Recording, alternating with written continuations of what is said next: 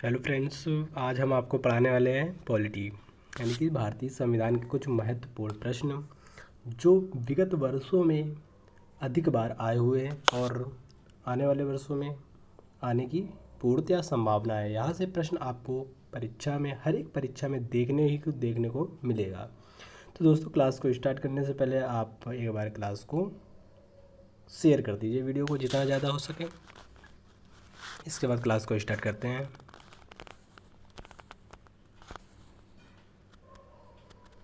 देखिए, चलो स्टार्ट करते हैं। शेयर कर दिया होगा आप लोगों ने, मैं ऐसा करता हूँ। क्वेश्चन नंबर फर्स्ट है, कल्याणकारी राज्य की संकल्पना का समावेश भारत के संविधान में है। राज्य के नीति निर्देशक तत्वों में, अधिकारों के अध्याय में, संविधान की 7वीं अनुसूची में, संविधान की प्रस्तावना में। तो दोस्तों, एक बार आप लोग कमेंट करके हमें आंसर बता दीजिए, इसका आंसर क्या होगा। इसके बाद मैं आपको आंसर बताता हूँ।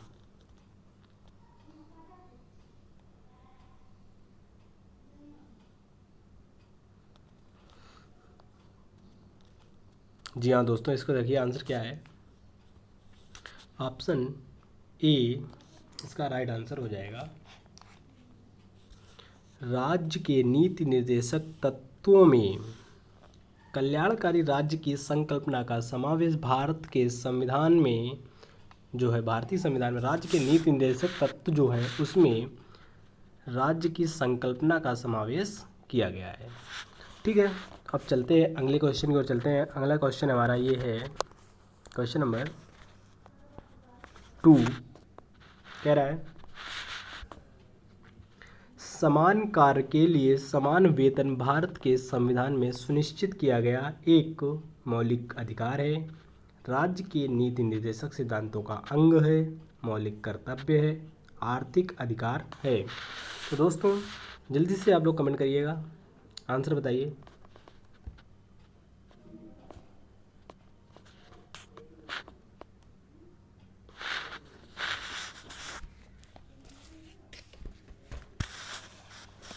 जी हाँ दोस्तों, इसका आंसर, हमारा राइट आंसर हो जाएगा ऑप्शन बी, राज्य के नीति निर्देशक सिद्धांतों का अंग। इसमें बताया गया कि समान कार्य के लिए समान वेतन, ठीक, समान कार्य के लिए समान वेतन, जो कि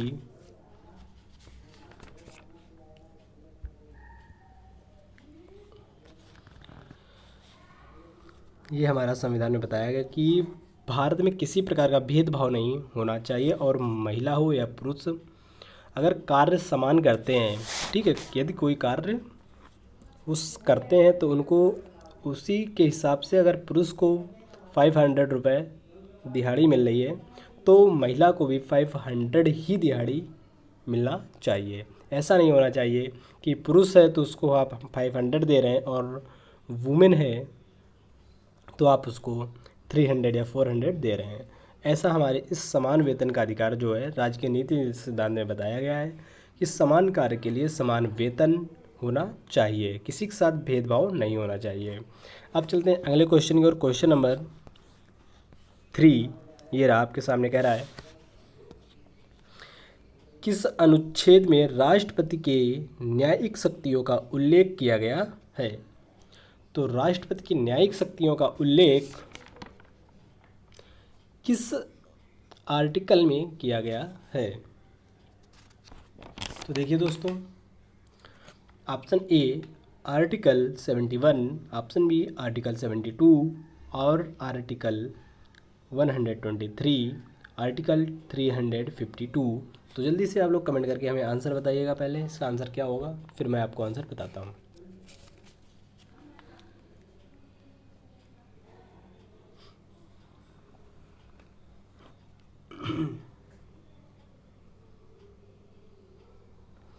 जी दोस्तों, देखिए इसका आंसर जो हो जाएगा वो हो जाएगा हमारा ऑप्शन बी, यानी कि आर्टिकल 72। देखिए क्या है, किस अनुच्छेद में राष्ट्रपति की न्यायिक शक्तियों, किसकी बात कर रहा है, न्यायिक शक्तियों का उल्लेख किया गया है। तो आर्टिकल 72 में राष्ट्रपति की शक्तियों का उल्लेख किया गया है। ठीक है, अब जानते हैं थोड़ा सा आर्टिकल 123 की। अगर मैं बात करूं, एक सेकंड कलर चेंज कर लेता हूं। देखिए, अगर आर्टिकल 123 की बात करूँ, ठीक है, तो इसमें क्या है, अनुच्छेद 123 के अनुसार, यानी कि आर्टिकल 123 के अनुसार राष्ट्रपति जो हमारे हैं, राष्ट्रपति अध्यादेश जारी कर सकता है। क्या जारी करता है? अध्यादेश। एक सेकंड, क्या हो गया, अध्यादेश, ठीक है। तो राष्ट्रपति आर्टिकल 123 के अनुसार अध्यादेश जारी करता है। अच्छा, अब ये बताइए इसके बाद कि अध्यादेश सामान्यतः कितने माह तक प्रभावित रहता है, ठीक है। देखिए, इसके बारे में भी आप देख लीजिए, राष्ट्रपति अध्यादेश जारी करता है और ये प्रभावित कब तक रहता है, तो ये 6 माह से लेकर 7.5 माह तक, ठीक है। देखिए, एक बार फिर से रिपीट कर देता हूँ क्वेश्चन को पूरा। कह रहा है, किस अनुच्छेद में राष्ट्रपति की न्यायिक शक्तियों का उल्लेख किया गया है, तो आर्टिकल 72, ठीक है। अब देखिए, अगर मैं आर्टिकल 123 की बात करता हूँ तो इसमें बताया गया कि राष्ट्रपति अध्यादेश जारी करता है, ठीक है। तो अगर आपसे क्वेश्चन पूछा जाए कि राष्ट्रपति किस आर्टिकल के तहत अध्यादेश जारी करता है, तो आपका आंसर हो जाएगा आर्टिकल 123। और अगर आपसे पूछे कि अध्यादेश जो जारी करता है वो कितने माह तक प्रभावित रहता है, ठीक है, तो प्रभावित हमारा 6 माह से लेकर के 7.5 माह तक प्रभावित रहता है, ठीक है। अब चलते हैं अगले क्वेश्चन को, चलते हैं क्वेश्चन नंबर 4। कह रहा है, एक सेकंड, भारत में महाभियोग प्रक्रिया किस देश के संविधान से लिया गया है? महाभियोग प्रक्रिया जो है भारत में कहाँ से लिया गया है? ऑप्शन ए कनाडा के संविधान से, ऑप्शन बी ब्रिटिश के संविधान से, ऑप्शन सी अमेरिका के संविधान से, और ऑप्शन डी रूस के संविधान से। तो भारत में महाभियोग प्रक्रिया हमारी, एक सेकंड आप लोग कमेंट करके बताइए पहले, फिर मैं बताता हूँ। जी बिल्कुल बिल्कुल दोस्तों, इसका राइट आंसर हो जाएगा ऑप्शन सी, यानी कि अमेरिका से। भारत में महाभियोग प्रक्रिया अमेरिका के संविधान से लिया गया, तो इसका राइट आंसर हो जाएगा ऑप्शन सी। अब चलते हैं अगले क्वेश्चन को, चलते हैं, और क्वेश्चन नंबर, एक सेकंड, क्वेश्चन नंबर 5 कह रहा है, एक सेकंड, क्या हो गया, ठीक है, राष्ट्रपति का वेतन भत्ता किस अनुच्छेद में दिया गया है? देखिए, बहुत ही अच्छा क्वेश्चन है, इंपॉर्टेंट क्वेश्चन है। देखिए, कह रहे राष्ट्रपति का वेतन भत्ता किस आर्टिकल के तहत दिया गया है, तो ठीक है, तो ऑप्शन ए आर्टिकल 52, और आर्टिकल 54, आर्टिकल 56 और आर्टिकल 59। तो दोस्तों जल्दी से आप लोग कमेंट करके हमें आंसर बताइएगा। फिर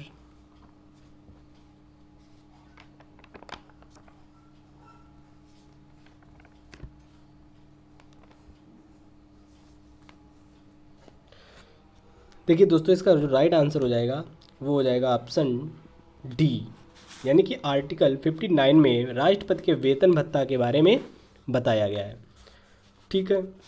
तो राष्ट्रपति का वेतन अगर आपसे पूछ दिया जाए कि राष्ट्रपति का वेतन कितना है, तो ये हमारा 5 लाख रुपए पर मंथ है, ठीक है, ये पर मंथ है। अगर मैं आर्टिकल 52 की बात करता हूँ, तो देखिए 52 में क्या है, राष्ट्रपति का एक राष्ट्रपति होगा। भारत मतलब आर्टिकल 52 में बताया गया है कि हमारे भारत में कितने राष्ट्रपति होंगे, तो एक, भारत में एक राष्ट्रपति होगा, ये आर्टिकल 52 में बताया गया है। और आर्टिकल 54 की अगर मैं बात करूँ, तो आर्टिकल 54 में बताया गया है राष्ट्रपति का निर्वाचन मंडल। तो राष्ट्रपति के निर्वाचन मंडल हमारा 52 में बताया गया है। तो देखिए आर्टिकल 54 में राष्ट्रपति के किसके बारे में बताया गया है? निर्वाचन मंडल। निर्वाचन मंडल के बारे में राष्ट्रपति आर्टिकल 54 में बताया गया है, ठीक है। और आर्टिकल 56 की अगर मैं बात करूं तो 56 में कहा गया है राष्ट्रपति का कार्यकाल। क्या कार्यकाल? अगर आपसे पूछा राष्ट्रपति का कार्यकाल किस आर्टिकल में है तो आप आंसर में जाएंगे और आर्टिकल में जाएंगे और 56 जहाँ पे आपको दिख जाए आप आग मीच के आंसर पे क्लिक कर दीजिएगा। तो राष्ट्रपति का कार्यकाल हमारा आर्टिकल 56 में है और 52 में हमें बताया गया कि भारत का एक ही राष्ट्रपति होगा। और आर्टिकल 54 में है राष्ट्रपति का निर्वाचन मंडल, 56 में कार्यकाल और आर्टिकल 59 में हमारे राष्ट्रपति का वेतन भत्ता है। अब चलते हैं क्वेश्चन नंबर 6 की ओर चलते हैं। क्वेश्चन नंबर 6 हमारा है भारत में संविधान निर्मात्री सभा के अध्यक्ष कौन थे? तो देखिए भारत में संविधान निर्मात्री सभा के अध्यक्ष कौन थे? Option A Rajendra Prasad, B R Ambedkar, Jawaharlal Nehru, इनमें से कोई नहीं। जल्दी से आप लोग कमेंट करके मैं आंसर बताइए।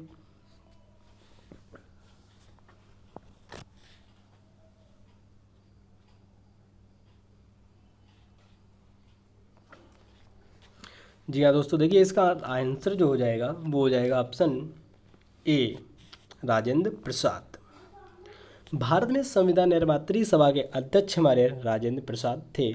क्या होता है कि जब बच्चे पढ़ते नहीं हैं और अक्सर हमने देखा है कि बाद में कहते हैं कि हमारा 1 नंबर 2 नंबर से रुक गया, तो वो दोस्तों पढ़ते नहीं हैं सही से, कहीं गलत तरीके से पढ़ लेते हैं। और आप लोग आंसर हमने देखा बहुत से बच्चे क्या करते हैं कि आंसर सी की ओर चले जाते हैं, जवाहरलाल नेहरू।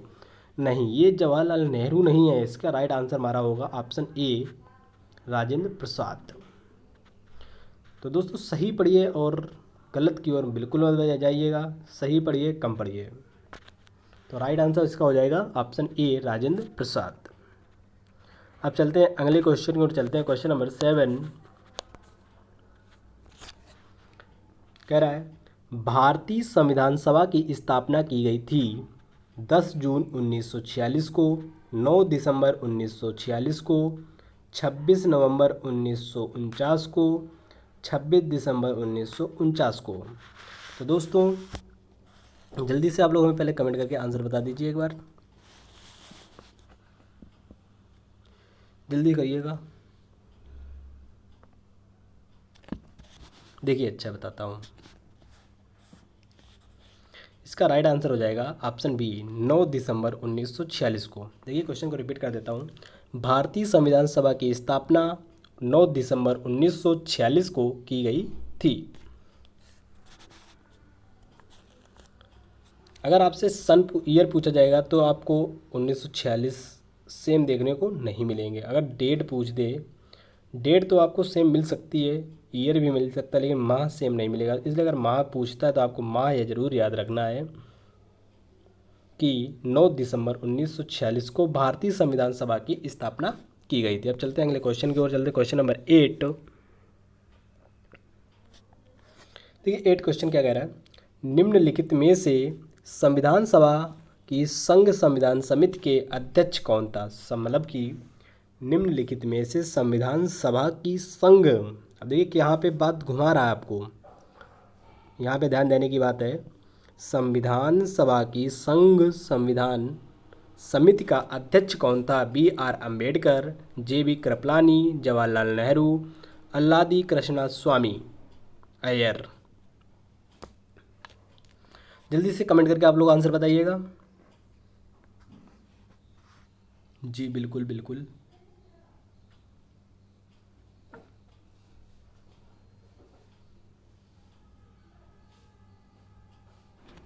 देखिए इसका आंसर हो जाएगा ऑप्शन सी जवाहरलाल नेहरू।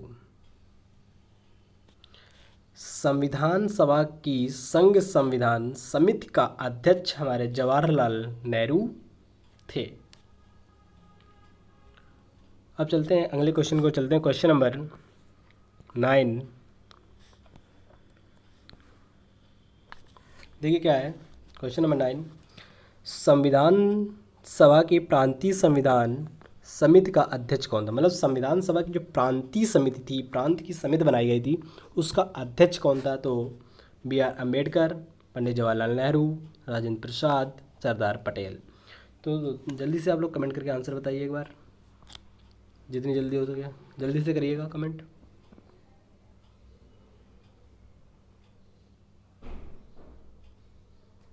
देखिए, इसका जो राइट आंसर हमारा हो जाएगा ऑप्शन डी, यानी कि सरदार पटेल। मतलब कि इस संविधान सभा की प्रांतीय संविधान समिति के अध्यक्ष सरदार पटेल थे।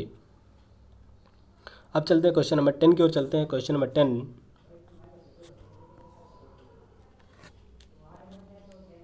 भारत में स्वतंत्रता के समय इंग्लैंड में किस पार्टी की सरकार थी? मतलब भारत में स्वतंत्रता के समय इंग्लैंड में किस पार्टी की सरकार थी? तो Congress, conservative party, labour party, liberal party.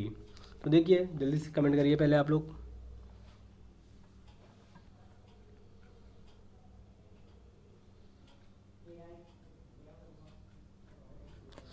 देखिए दोस्तों, इसका आंसर हो जाएगा हमारा ऑप्शन सी, लेबर पार्टी। मतलब भारत में स्वतंत्रता के समय इंग्लैंड में लेबर पार्टी की सरकार थी। अब चलते हैं अगले क्वेश्चन की ओर चलते हैं। क्वेश्चन नंबर 11,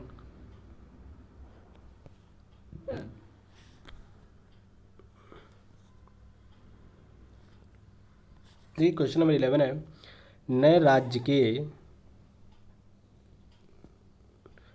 राज्य के गठन की शक्ति निहित है। देखिए, नए राज्य के गठन की शक्ति जो है निहित किसमें है? तो संसद में, राष्ट्रपति में, मंत्रिपरिषद में, राज्य के पुनर्आयोग में। तो देखिए दोस्तों, जल्दी से बताओ पहले आप लोग।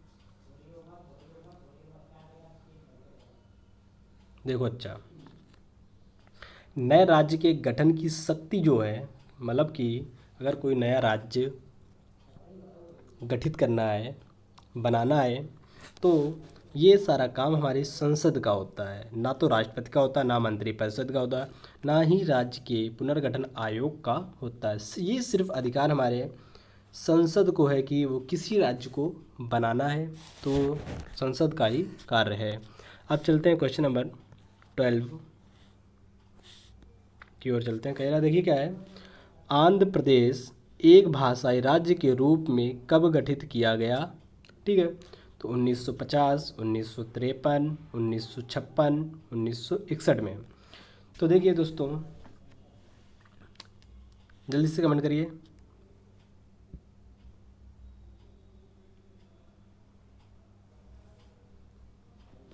देखिए, आंध्र प्रदेश जो भाषा के क्रम में अगर देखा जाए वर्णमाला के हिसाब से, तो सबसे पहले आंध्र प्रदेश स्थापित हुआ, वो भी कब हुआ था? तो 1953 में ये गठित किया गया था। तो ये पहला राज्य गठित होने वाला है, तो इसके लिए बहुत ही इम्पोर्टेंट क्वेश्चन है ये। तो आप लोग अपने नोटबुक में लिख लीजिएगा अपने, और अगर अभी तक आपने हमारे चैनल को सब्सक्राइब नहीं किया तो सब्सक्राइब कर दीजिएगा एक बार, और बेल आइकन को साथ ही साथ प्रेस कर लीजिएगा, जिससे कि आने वाला हर एक नोटिफिकेशन आप तक जल्द से जल्द पहुँचे। अब चलते हैं क्वेश्चन नंबर 13 को चलते हैं। देखिए क्या है 13 नंबर, भारतीय संविधान के किस अनुच्छेद के अंतर्गत नागरिकों को मौलिक अधिकार प्रदान किए गए हैं? अनुच्छेद 112 से 115, अनुच्छेद 12 से 35, अनुच्छेद 222 से 235, इनमें से कोई नहीं। तो जल्दी से आप लोग कमेंट करके हमें आंसर बताइएगा।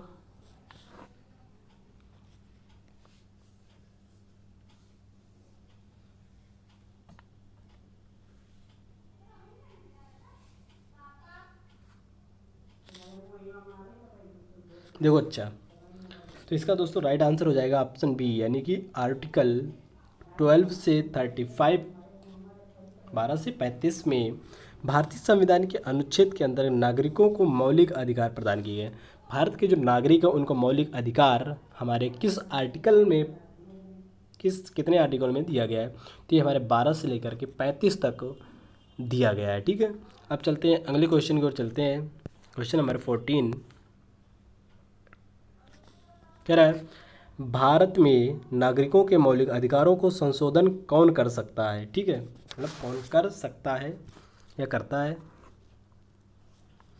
ठीक है, तो देखिए, लोकसभा, राज्यसभा, संसद, सर्वोच्च न्यायालय। जल्दी से आप लोग आंसर बताइए पहले, फिर मैं बताऊं।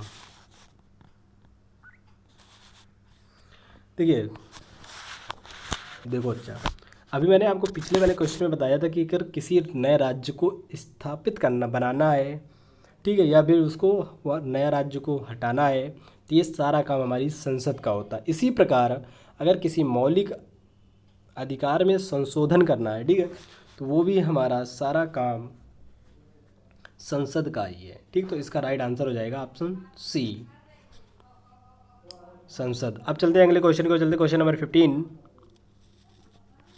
कह रहा भारतीय संविधान भारत के राष्ट्रपति को अधिकार नहीं देता है, मतलब भारतीय संविधान जो भारत के राष्ट्रपति को अधिकार नहीं देता है। ठीक है, तो ऑप्शन ए प्रधानमंत्री की नियुक्ति का, राज्यों के मुख्यमंत्री की नियुक्ति का, रक्षा बलों के सर्वोच्च कमांडर होने का, देश के किसी भाग में आपातकालीन स्थिति लागू करने का स्थिति। ठीक है, तो देखिए,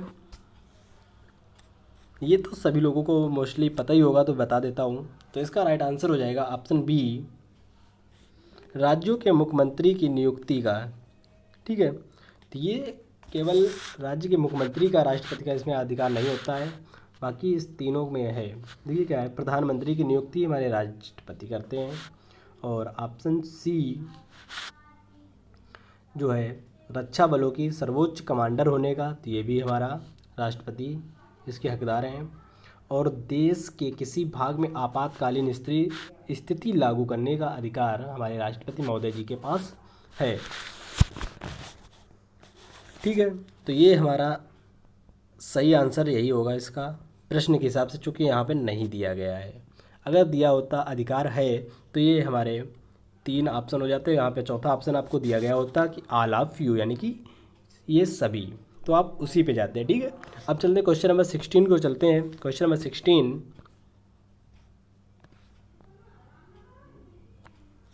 कह रहा है,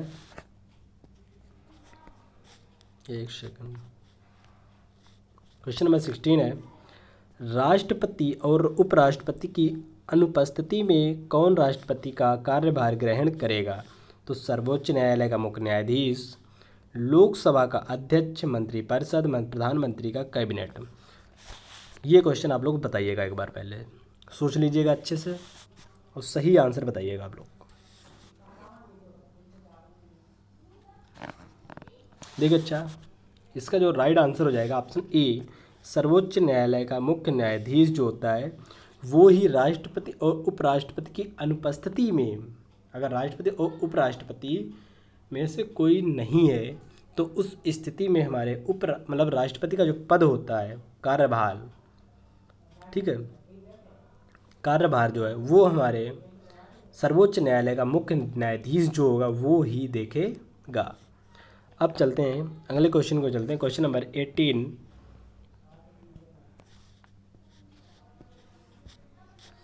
संसद के लिए राष्ट्रपति का अभिभाषण कौन तैयार करता है? मतलब संसद के लिए जब राष्ट्रपति का जो भाषण होता है वो कौन तैयार करता है? तो स्वयं राष्ट्रपति, एक सेकंड, स्वयं राष्ट्रपति, यहाँ पे लोक है, लोकसभा अध्यक्ष, राज्यसभा के सभापति, केंद्रीय मंत्रिमंडल। तो देखिए दोस्तों, बताइएगा आप लोग एक बार, देखें कितने लोगों को पता है।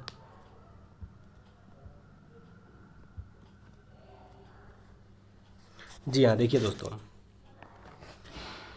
जो राष्ट्रपति का भाषण होता है वो लोकसभा का अध्यक्ष जो होता है वो तैयार करता है। देखिए, संसद के लिए राष्ट्रपति का भाषण लोकसभा अध्यक्ष तैयार करता है। लोकसभा अध्यक्ष वर्तमान में कौन है? तो वर्तमान में हमारी सुमित्रा महाजन है। कौन है?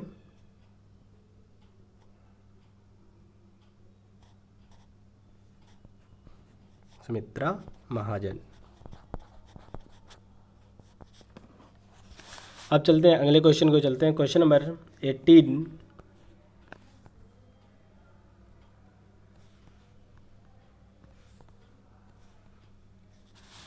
देखिए, लोकसभा लोकसभा के एक वर्ष में कम से कम कितने सत्र बुलाए जाते हैं? मतलब लोकसभा में कम से कम एक वर्ष में कितने सत्र बुलाए जाते हैं? 1 बार, 2 बार, 3 बार, 4 बार। तो ये आप लोग जानते होंगे। देखिए इसका जो आंसर हो जाएगा ऑप्शन बी यानी कि 2 बार। लोकसभा के एक वर्ष में 2 बार सत्र को बुलाया जाता है, ठीक है। 6 माह के गैप में बुलाया जाता है। अब चलते हैं अगले क्वेश्चन को। चलते क्वेश्चन नंबर 19। भारत में लोकसभा का स्पीकर अध्यक्ष, ठीक है, मनोनीत किया जाता है, चयनित किया जाता है, निर्वाचित किया जाता है या नियुक्ति किया जाता है? जल्दी से आप लोग बताइएगा पहले। देखिए अच्छा, भारत के लोकसभा का जो स्पीकर होता है यानी कि अध्यक्ष होता है वो हमारा निर्वाचित किया जाता है, ठीक है। ऑप्शन सी इसका राइट आंसर हो जाएगा कि भारत में लोकसभा का स्पीकर यानी कि अध्यक्ष निर्वाचित किया जाता है। अब चलते हैं क्वेश्चन नंबर 20 को चलते हैं और ये हमारा आज का अंतिम क्वेश्चन है, ठीक है। एक सेकंड, इसमें भी मिस्टेक हो गई है, थोड़ा सेट नहीं हो पाई पीडीएफ आज। देखिए, वह कौन राष्ट्रवादी नेता था जो 1925 में, एक सेकंड बताते हैं।